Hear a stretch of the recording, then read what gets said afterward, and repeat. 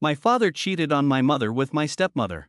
My wife, in our 7-year relationship, for dating, 3 married, has never met my father, stepmother, half-siblings, step-uncles, or my step-grandfather. My mother convinced my wife she didn't want any of them at the wedding or have any holidays with them the entirety of our relationship. My wife was cheated on in the past but moved past that, or so I thought. Well, my wife and I recently found out we're having our first child, but my wife is not excited or happy at all because my mother told her that my father cheated on my mother once she got pregnant. Yes, accurate, but it was before either of my parents knew my mother was pregnant with me. My wife is convinced that I'll cheat on her because she's pregnant. Very unlikely, as she's the most amazing woman I've met and no one can hold a candle to her on looks. My mother just says I'm my father's son, which really pissing me off. But because my wife hasn't met my father, she says that the apple doesn't fall too far from the tree. She does trust me, she says she trusts me, but she cries every time my phone goes off. My stepmother, who I call Mama, says to not vilify my mother and be as supportive husband to my wife as I can be. She even bought me some stuff to pamper my wife with because she deserves to be loved and pampered like the beautiful woman she is, and how pregnancy is tough on women's bodies. I trusted the woman who was pregnant 3 times, once with twins. So, besides the obvious, how can I get my wife to calm down and enjoy her pregnancy? Or convince her that I will not cheat on her? I love my wife, she makes me whole, there will never be anyone but her. Firstly, my wife has joined an online book club with a lovely group of women who I have met. She's made friends, she's enjoying their book, the majority of them are moms so they have plenty to talk about. With permission from my boss, I changed my work hours so we could spend more time together, and we've been talking a lot. She is much happier and she's been talking to a therapist and me about her insecurities. It's a work in progress, but that is life, and our baby is developing very well due to reduced maternal stress. Secondly, I now call my stepmother by her first name. I don't call her Mama anymore. She wasn't upset at all. My wife has met my grandfather, SM's dad, and my uncles, SM's brothers. They got along real well. Especially since I got a pie to the face and they all laughed at me. Fair. I'm under the impression it was my grandfather's idea, but as long as she is happy. Her laughter is the most beautiful thing I've ever heard. My mother was told therapy or no contact. I was told she wasn't going because there wasn't a goddamn thing wrong with her. Her husband and daughters, my awesome sisters, are going to keep trying. My mother and wife have been out of contact since. My wife is a little upset, but because of this she's made new friends that when the world is better she can meet in person and that can dish on their husbands out of earshot. Kidding. Then someone in my DMs got into my head about the paternity, about my half-siblings. If they really are my fathers or not. So, I talked to my family about genealogy and learning about where our family came from. One of my uncles suggested we just make our own episode of Maury. Stepmother said it would be pretty boring, but whatever if that's what we want to spend our money and time on. Yes, my family is a little weird, so all us kids took tests. My sisters didn't want me to be left out. I mean, I had the test as a baby, no true surprises. 4 out of 5 kids matched, the one that didn't hit me. The one kid my dad was sure about. Several tests later, they all agree. My dad isn't my biological father. Dad's upset, I'm upset. I haven't told my wife because I don't know how to really say it without sounding like a crazy person.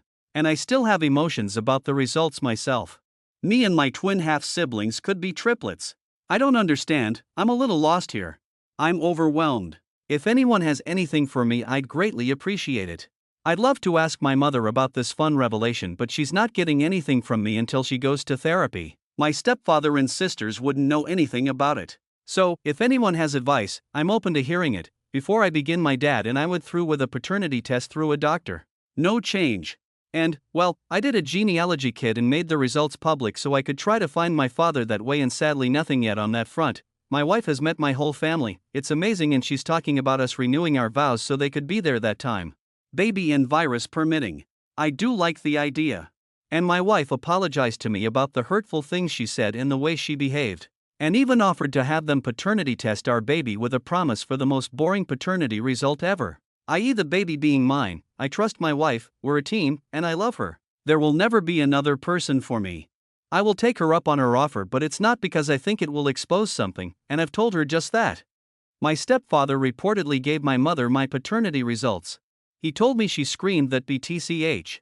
I believe that is a reference to my stepmother. She claims my stepmother tampered with the results of all the tests us kids took to make my mother look bad because, and I quote, that skank couldn't close her legs for a cold breeze, she'll FCK everything that moves. Things were thrown, and a lot of other things were screamed about my dad and stepmother. She is indefinitely no contact with me or my wife. Her daughter, my half-sister, has been removed and is living with my stepfather's parents until her paternity results come back. My other sister is my stepsister, she's safe. Oh, and Mama, my loving stepmother, has busted the evil stepmother myth for my darling wife. Their relationship is relatively new, but those two, plus my two sisters, Dad's girls, and my other two sisters have teased starting their own book club while they wait for baby to arrive.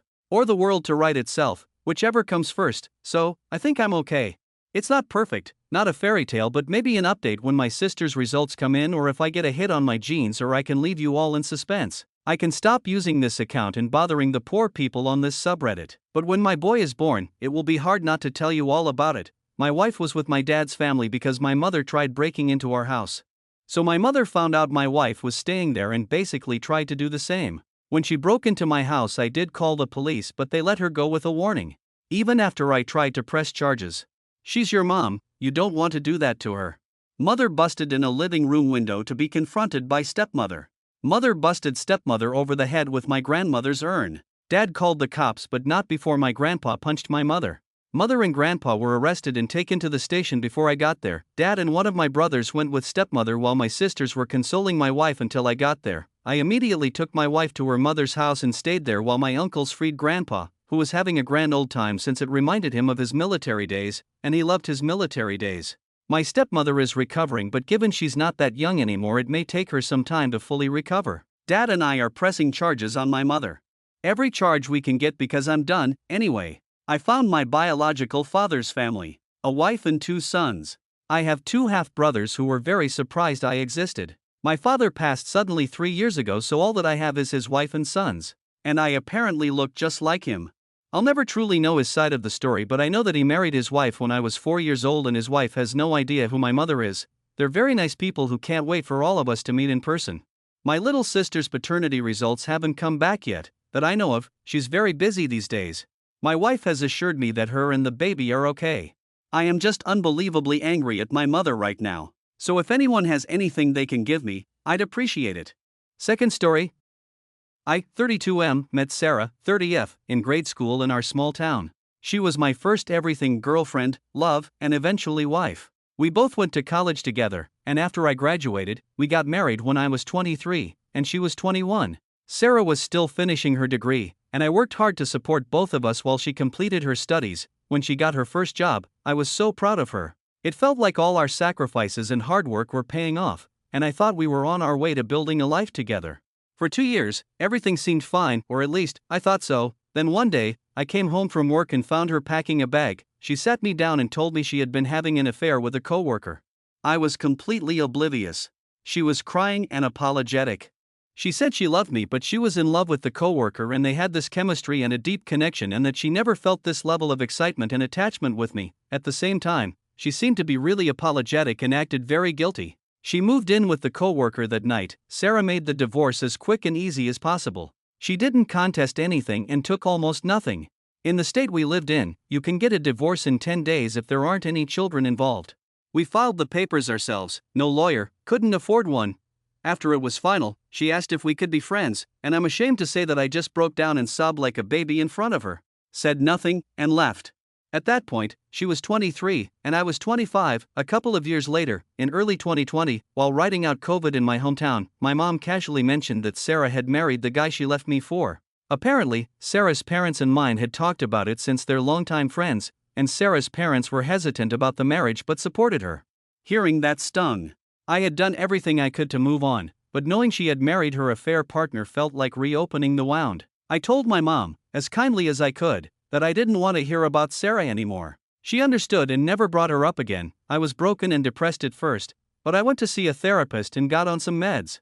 I got some certifications and, through a friend from college, I got an interview with a global consulting company. My friend was married and couldn't do the amount of travel that the job required, so he pushed hard for me for the position. I started traveling around the world and pretty much worked all the time at first. On any given day, I was either in the gym, working, or having a virtual therapy session at 3 a.m. I was a dull boy. I got into incredible shape thanks to lifting and running. Eventually, I got a long-term project in Romania and was able to meet and have relationships with women. Fast forward a few years. Recently, I had a few weeks of vacation saved up, and I wanted to spend Christmas in Reykjavik, Iceland.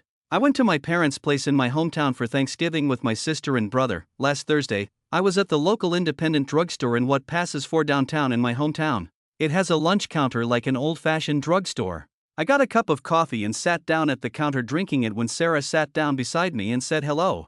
She was super nervous and red in the face. I was shocked and just sat there looking at her.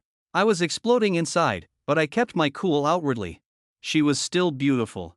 She was actually very fit herself and had lost her baby face and became maybe even more beautiful. She started off by apologizing for the way she ended our marriage. I told her she already apologized like 100 times when she dumped me, but she insisted that she was young and stupid, and over time she realized how much she had hurt me. She wanted to meet me later in a less crowded spot with fewer spies, small town, remember. I shook my head no and told her frankly that I didn't see what I could possibly get out of meeting with her again. That kind of took the wind out of her sails, and she kind of deflated. She admitted that it was probably more for her than for me. She said that I'd get closure not only for how she ended things but for the kind of person she was back then. She wanted to tell me about how she'd changed and what she'd learned about herself and what real love is. She wanted me to see that the person she became is someone that I could respect and maybe be friends with again. I wanted to get the hell out of there, so I just told her I'd think about it. She gave me her number, and I went home. Apparently, my mother and sister had already heard about it from Sarah's mom. So I'm a big dumb victim of some kind of big dumb Hallmark Christmas movie hit job. My sister, 29F, and mom, 55F, told me that they kept up with Sarah since our divorce and they know that she's changed and that I should hear her out. My dad, 56M, just shook his head and walked off. My brother, 22M, thought all of this was hilarious. I asked if he wanted to chime in, and he just shrugged his shoulders and said that since Sarah and I knew each other from when we were kids, I should at least hear her out just to keep the peace between our families since we live in a small town. Personally, I do think that her family would feel insulted if I didn't at least talk with her.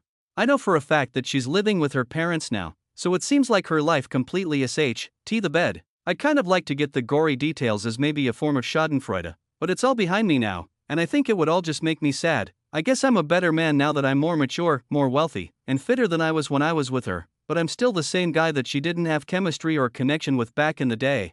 So I think whatever comes out of her mouth would be bullsh*t. I think she's probably a dragon cosplaying as a princess and wants me to be her white knight.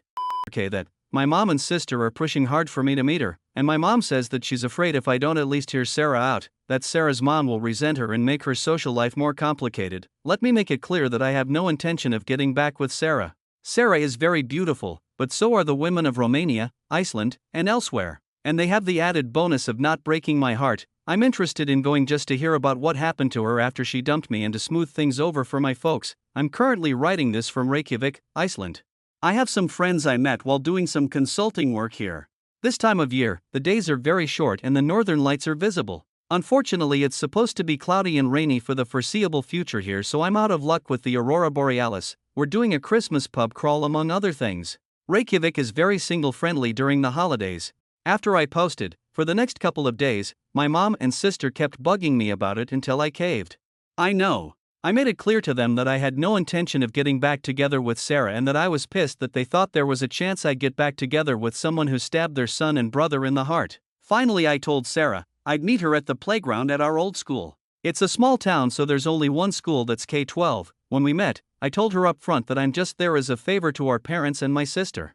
She acknowledged that and we engaged in a little small talk. She told me that she had started following me on social media. I've since made it friends and family only, and she saw how I'd been all over the world and even commented on the girlfriend I had in Romania. I told Sarah her name was Monica and we had a great time together. She then started in with the juicy stuff I wanted to hear. Unfortunately, it wasn't very juicy, just regular boring relationship crap. She started living with the guy and it quickly became apparent that, once she was with him, the relationship went from an exciting affair to a regular humdrum relationship. She said she knew the forbidden sparks were gone the first time she had to pick up and launder the guy's skid-marked underwear. Yep, she left me for a guy who was barely toilet trained. She said she was in denial that she couldn't have thrown me away for a guy who was no good, so she doubled down by marrying him. Sarah was always very stubborn. He was apparently a good salesman and earned a lot in commissions, but he was really bad with money. They had a lot of fights about money and household chores, and finally she caught him cheating with a coworker. Oh, the irony. She left him with a wrecked credit score. She was pregnant with his kid at the time, so she got an F0 RT on, trying to avoid the filters. This is something no one in our families know about.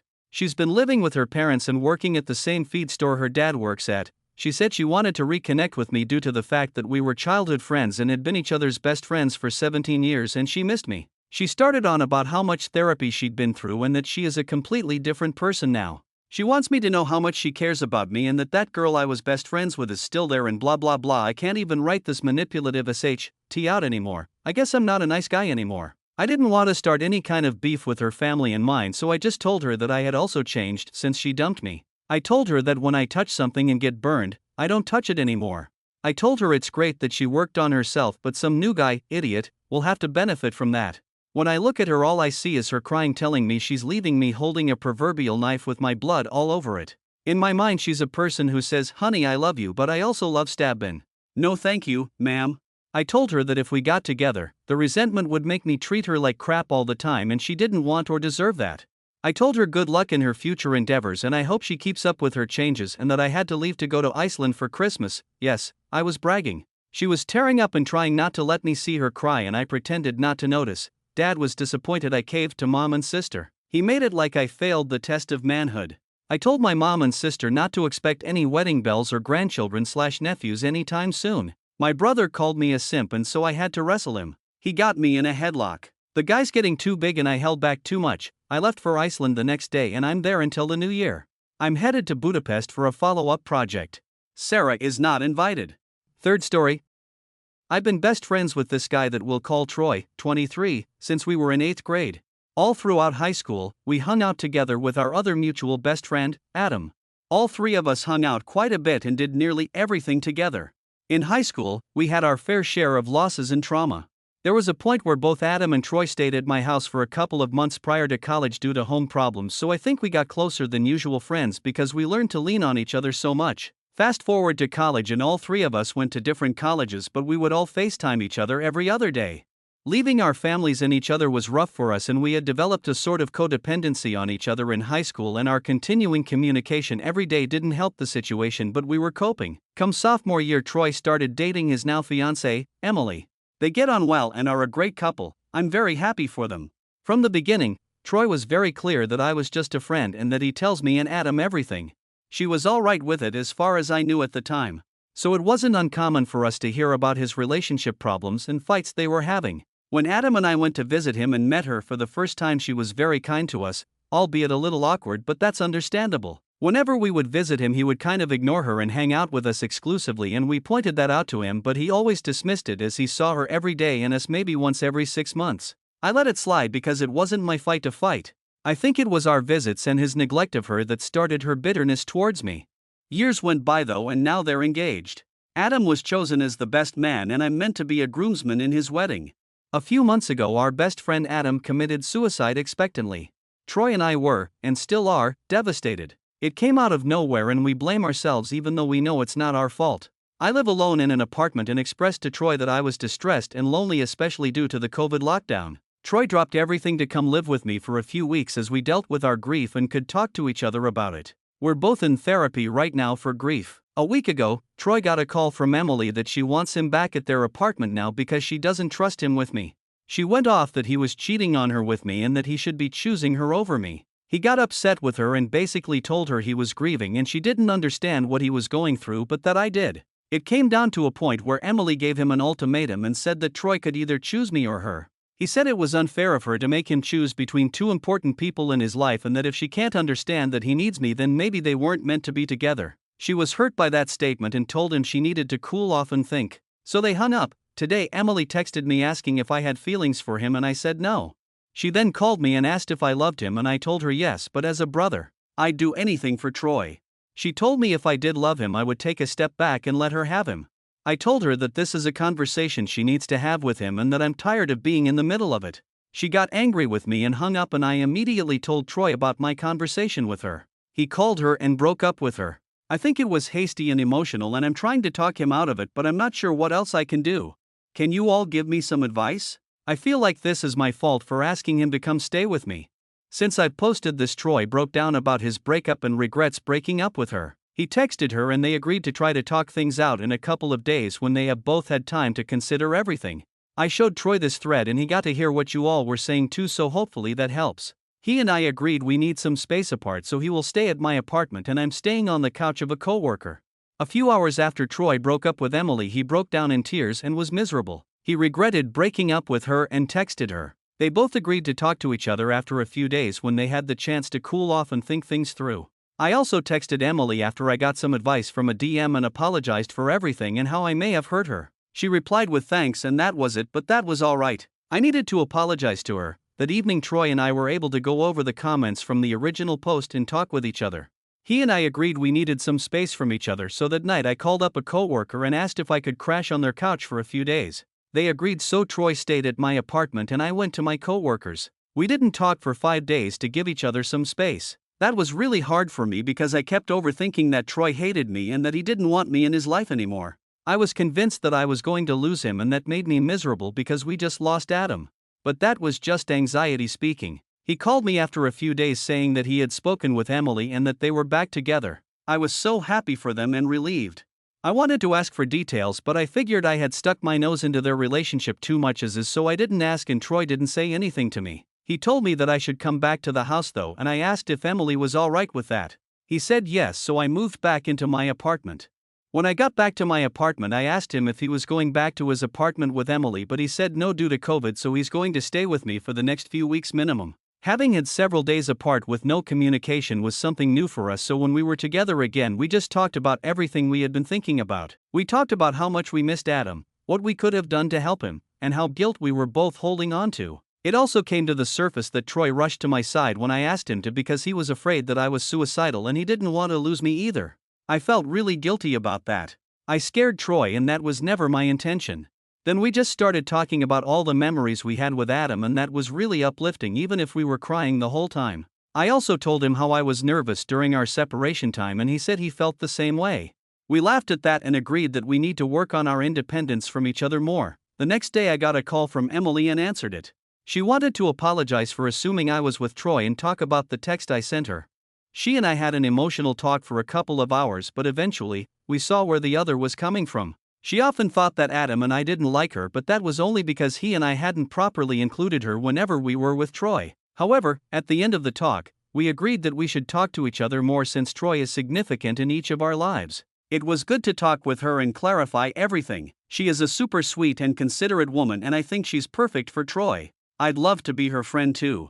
Troy and I are going to therapy and are working on our codependence and our grief counseling in our separate therapy sessions. I've also started looking into a codependence group and I think I'll start attending those meetings, but since there's just one in town, Troy isn't going to join because we don't want to go to the same one. Emily also said that Troy and she are going to start couples therapy, so when he moves back with her, that is what they will be doing. Emily and Troy are back together. Troy will be with me for the next few weeks, and Emily and I started building our friendship. Hopefully from here on out, there will be more communication between those two and better boundaries between me and Troy. Troy and I are willing to put in the effort and Emily is supportive of us, so I'm optimistic. I'm sure Adam is happy that we're moving forward together. I thought the situation resolved itself positively. Y'all want Troy out of my apartment right away though. So I told him that he should head home as soon as possible to be with Emily, and he admitted that he did not want to go back to Florida because of the increase of the coronavirus cases and that he liked the relatively relaxed state of things here in my state. I told him that he was being paranoid and that he would be alright if he quarantined once he got back, so not the most sympathetic thing I could have told him. But since he works from home anyway, he can quarantine without any issues. He called Emily and they bought a plane ticket for him to head back in 3 days, so he's leaving. Emily is excited to have him back and I'm glad that they can be back together again.